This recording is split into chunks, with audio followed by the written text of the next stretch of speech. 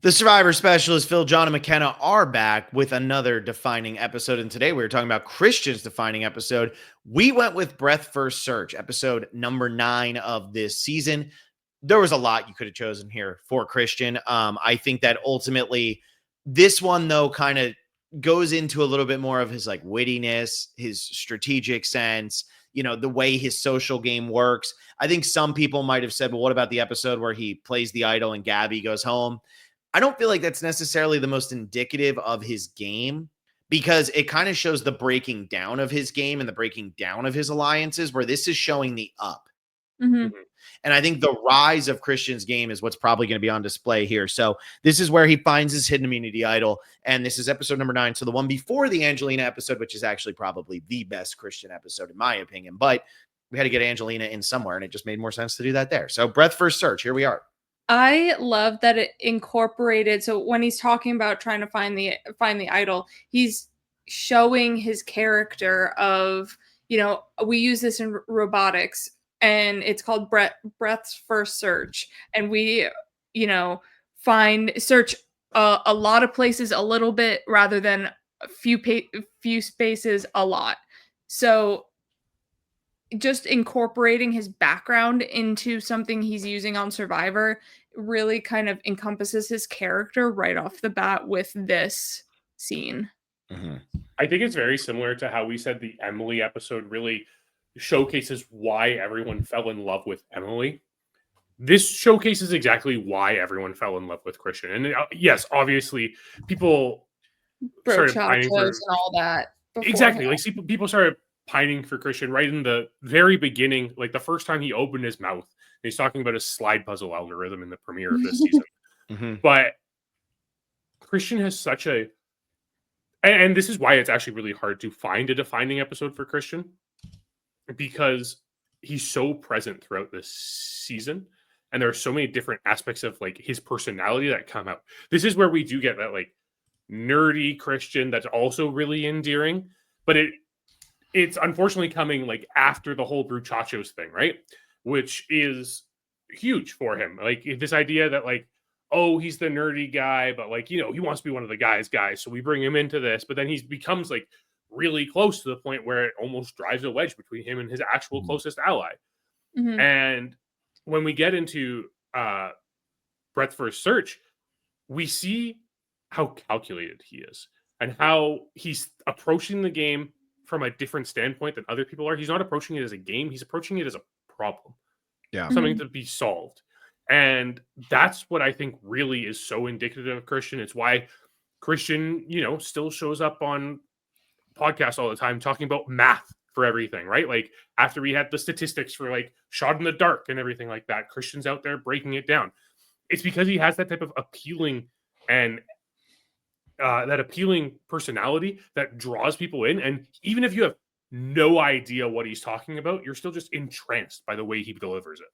He has that camouflage of knowing, similar to what we were talking about with Mike White, where he can adapt to his different environments. Like he adapted to the Brochacho environment because there was a Goliath majority on that tribe, and he had to play into the boys, and so that solidified him there. But now at the merge, he doesn't have to play into that bravado big Christian Brochacho. He can be calculated and analytical and talk to people like Davey and Gabby about his analysis on the game.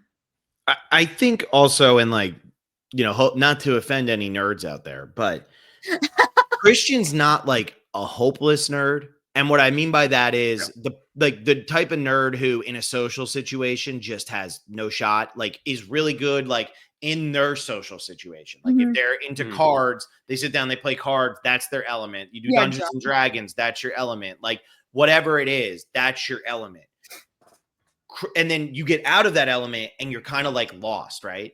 Yeah. Christian can walk into a bar and be totally fine and be totally normal. And he can get along with Johnny Mundo and Dan.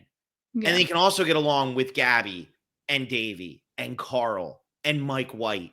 He has that type of personality where him being a nerd is just because he was born a nerd. Like he was just born a really smart guy who's into this kind of stuff. And that's what his interests and hobbies are. But it doesn't define him so much. He is the lovable nerd on this season. And that's kind of what his archetype becomes. But Christian is so good socially. It's actually unbelievable. And this episode shows that scene of all of the Davids sitting around with the advantages, telling each other which advantages they have, and then Christian trying to sort out like which one should we play is so unbelievable, because when you see the Goliaths, even though they all come from different backgrounds and stuff, they all kind of look similar, they feel similar. That David's tribe is like the band of misfits got together and is like, oh, hell yeah, we're going to take them down. We got this. It's like the little kids in like some crappy 90s summer movie of like, we got the slingshots and we're going to kill the older bullies. Like, that's what it felt like. And Christian's so much the driving force of that. And in my opinion, I think he's the person who gives the audience entryway into what that world is that the Davids are creating. Even if I personally think Davy's a better character, but that's just personally. Well, the thing with Christian is he almost comes off as, and especially in this episode, he comes off as like Kara Moen Cochran, right? Where he has the nerd, but he already has the charisma, and he didn't have to play another season of Survivor in order to figure out how to do that. True. It's a really good point. Yeah, that is. And he also is pointed out now, it's something that he'll have to manage going forward. Dan can't trust Christian just because he is so smart and kind of the head of the David snake. So this is something that he's gonna have to overcome. How does he balance being social and strategic while also trying to win Survivor? That's the hardest part for Christian for me. I feel like Christian is a 7th or 8th place finisher on almost every season of Survivor he plays. And I think this episode shows why. He's so good at what he does, and he's so good socially. I don't think he can turn it off. And I also think that he doesn't hit people on that personal level that, like, obviously the Joe and Eva situation was different. Like Joe and Kyle, right? Joe and Kyle kind of felt like they would never vote for each other. And it didn't really matter which one was going to beat the other. They just weren't going to vote for each other. I don't know if Christian's going to have that relationship, right? Because the people that Christian gravitates towards, the Emilys of the world, how much is Emily really going to be like, Christian, I can never write your name down? That's not going to happen. It's just not. And so that's where I feel that Christian's going to have to overcome his social game, his strategic game. They're there. He can find idols. He can find advantages. He knows when to pivot. The Carl boot is a perfect example of that, which again is in Angelina's episode. But how does he get to the next level? How does he get to not terrible place? at challenges either. So he's really a good all-arounder, and that's so threatening. It's so threatening. That's the problem is, can Christian manage his threat level? And is there even a chance for him to manage his threat level coming out of 30s? Like, with what he is on display throughout David versus Goliath, Christian could come out and just be like a nothing on this cast and still would be considered one of the greatest threats on the cast. Yeah. I would love for Christian to win, but at the same time, I don't want a, sparkless Christian to come into this season either. Like, I want that David versus Goliath Christian, like we were talking about with Angelina. Like, we get a lot of these good characters coming from David versus Goliath, but are they going to blend in to try and make it longer in 50, or are they going to be authentically themselves, but maybe, get 7th or 8th? And my thing is with Christian, he only went to one pre-merge tribal council, which is hard to believe because the Davids get down so much so early, and then Natalia and Natalie goes. So you're like, wait, how are they still down so much? Because Pat gets medevac and B quits. Yeah. So those things make it that way. But so Christian only goes to one tribal council pre-merge. He votes for Jessica. Jessica goes home. He gets into the post-merge. He votes for Elizabeth. Elizabeth goes home. then he's public enemy number one. Mhm. They go after him. Davey does the idol play, which is epic. It works. It gets Christian safe for another round. But Christian's playing from a non-power position. What does Christian's game look like if he's in the power position? If he's in an alliance that is in control of the game? He had strong alliances, but his alliances, David versus Goliath, was just that type of season where people were willing to wiggle, right? I think that's why Nick doesn't maybe get as much credit as he deserves for the type of game he played, because he is really having to navigate a tough cast to navigate. These players were playing so hard. And Christian, though, he goes to 2 tribal councils where he has power. And yes, at the Dan boot, he technically has power because he has an idol and everything like that. But I'm saying, like, he had power and the numbers twice. What does his game look like if he can change that? Because we don't know that coming into this season. And playing from the bottom, I feel like it's so hard to then play from the top, because we've heard Kelly Wentworth talk about this. She's played on the bottom so many times, and then all of a sudden she hit the top and she didn't know what to do with it. And then it kind of all came crumbling a little bit. Yeah, but the thing is Christian's probably already run the numbers on how to do it, though, right? Like, you have to understand that he had this analytical approach that's so different than anyone else is going to approach Survivor. And he does, and when he combined with his charisma, it just makes him so adept for this game. Yeah, he is going to be viewed as a threat the entire time, but he probably already knows that going into the game. So then it just becomes a question of, okay, how do I play as a threat? And that is going to be the most interesting evolution of Christian's game. And based on like what we watched in this episode and what we watched in all of the Dave vs. Goliath episodes, I do personally think that he's probably being overvalued as a threat a little bit. Like, he is really well-rounded, and you don't want to get to the final tribal with him. But I don't think that he's so threatening that you have to sit there and say, we got to get him out before the merge hits, or Christian's going to start sprinting. Like, he feels like a Sari type player where you can shield by. Like, either everybody's that, going to be willing to vote Christian out. He's the only one left to vote out, or something. Like, if he does go pre-merge, it's like his tribe keeps losing or whatever, and then he's like, well, he's not in this core, so it's kind of, him to go next. Yeah. I also want to talk about, because really that's everything that happened in the episode with Christian. But at Tribal Council, he gets to do the car analogy.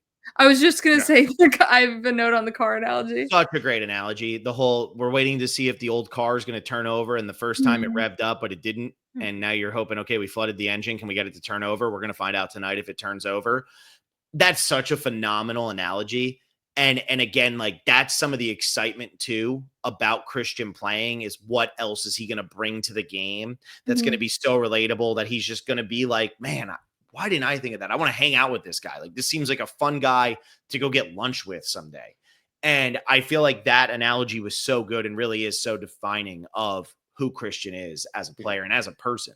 I feel like he's just one of those that constantly comes up with analogies, and you're always kind of expecting, all right, what's Christian gonna say next at Tribal Council? Yeah, that's why Jeff loves analogies so much. I know. You see a lot of Jeff's love start to come out in David vs. Goliath. There's a little bit of like he liked the seasons before that, but David vs. Goliath, you really see like between the rice negotiation, the analogy stuff, like you see what Jeff starts trying to go for as he starts to pick and choose his moments at Tribal Councils. Yeah. How can you argue with him when it's this successful of a season? I mean, this is a season that everyone praises. It has, you've mentioned it previously, Phil, this has one of the strongest casts of any season of Survivor ever. To the point where it's like, we have 3 people from this cast on season 50, and you could still replace each and every one of them with another 3 people. Davey. Like, rewatching this though, when Davey plays that idol for Christian and then comes back and comes into this episode and he's like, Davey Rickenbacker from wherever, Georgia, takes down the mayor of Slamtown, like that whole confessional and everything. Davey was just having such a fun time on this season. He was just having such a fun time. When he dunks in the one episode, I think that's episode 10, where he dunks and he's like, so often my friends try to take my black card. Do you know what that is? And he's asking, and they're like, no, we have no idea what that is. He's like, they try to say like, you're not an athlete, you don't do this, whatever. I just slammed it home. Like, it's so endearing and it's so fun to watch. And when you watch that and you think about how impactful Davey was on so many moments in this season, I do wonder if Mike White saying I'll play again took Davey's spot. I know they're not really the same archetype, but being that you don't want to have 3 people from the same season, I do wonder. Or 4 people from the same season. You have Right. I don't know. I feel like Davey's got to be on a season in the future. He's casualties of us not having a returning season before season 50. I know. I mean, hey, we could do kind of what you're saying of like, all right, we have season 50, but like later on in a few seasons, we'll get like a game changers. I think we will. I think you're going to see that of like the people who are interested and who made it deep in the process, like your Troy Zans and Brads from Game Changers. I think you'll start to see that a little bit on this season, or in the future. For sure. Yeah, and I'd love look. Put me on fans versus favorites with Davey. That's all I want. That's my goal. That's my dream scenario. He'll probably vote my ass out, but that's what I'm hoping for. Because you'd believe him so hard. I would, because I would be rooting for Davey. I want Davey to go on and do better than me. I don't care. Like, Davey should have played again. It's sad. I think you forget how good Davey is until you watch these. And like, I know this is the Christian episode, but Davey is so huge in this episode. Mm-hmm. And this episode doesn't happen without Davey. Christian does not become what Christian is without Davey. No, and I think that's actually a really important part about all the Davids too, right? Like, I think all the Davids they were an amalgamated tribe that really came together as a cohesive unit when they needed to, and it brought out their personalities. And I think that is another thing that's going to be interesting when we see Christian on 50 is, does his personality shine as much without the direct contrast of the Goliaths? And yeah, he has other people that bring out his personality, right? Like, he has Emily on his tribe, he has Suri on his tribe. Those are people who, if he's speaking to, it will bring out his personality. He has that contrast with what Ozzy's on this tribe and Joe's on this tribe. Yeah. So like, there is that contrast there, but is it enough to bring out Christian as everyone expects him to? And it's different than what we were saying with Angelina, where like, we're concerned of Angelina kind of getting that Flanderization. I don't think Christian can get that, because I think Christian is just so authentically Christian. Yeah. And that is the character that we see. Yeah. I do agree with that. Anything else from this episode? We were 15 minutes in the episode, and I wrote the note of he has done nothing. Like, he's really not in the episode. The first thing that happens is the idol hunt, which is so crazy considering he was the one who was supposed to go home the episode before this. It's funny that there's no continuation of that story from his perspective. It's just from Davey's perspective. And he's the target in this episode too. From the Goliath. Of course he is. Mm-hmm. Like he says, keep the tradition alive. Yeah. Exactly. Keep the tradition alive. That's it. I mean, it's crazy. Yeah. And we can't really get into too much at the end, because the end, it is really the Davids who do it together. It's not just Christian. However, I think we should give credit to how calm Christian is, despite the fact that he's the target. Mm-hmm. Because he knows he has this ammo. Yeah, he's got no concerns. He knows that the hidden idol is being played, and he knows that his tribe at that point, they needed to do this to get the numbers. He sees all this happen. He doesn't even play an idol. He knows he doesn't need to. Yeah, and I think that is something to commend him about, right? Like, that is something that really goes to show, again, how calculated he is in the game. His patience comes from calculation, and that's not the same as other people who are just like, I have to trust my gut here. Christian is actually running scenarios all the time, and that's what makes him calm in a situation like this, where he's like, somebody else would be freaking out. We've even seen just in 48, right? Joe gets a whiff that his name's out there, and he starts freaking out a little bit. Mm-hmm. Christian is not that person. Christian hears his name's out there. He's like, cool, I have my plan going. It's going to prevent that from happening. It doesn't matter. Yeah. It also shows how trusting and trustworthy he is with his alliance, because they could be like, ooh, actually, we agree about Christian. We're going to hop on board. And then he could go home with an idol in his pocket. But no, he's like, I trust that they know this is the plan and that this is what is best for all of us to move forward. Yeah. All right. That's it for Christian. We covered it. David versus Goliath is done. We've done all 3 of them. We only have one person left.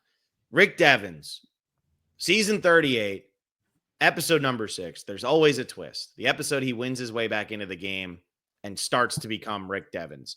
So that's going to be our last episode until after season 49, when we finally get those last 2. So the series is not technically over, but thanks for sticking with us. We appreciate all of you listening as much as you have, and can't wait to bring the Devens episode out next. Like this video, subscribe to the channel, become a patron, patreon.com/thespecialist, and we will see you with our final episode, at least for now, Rick Devens, episode 6. There's always a twist.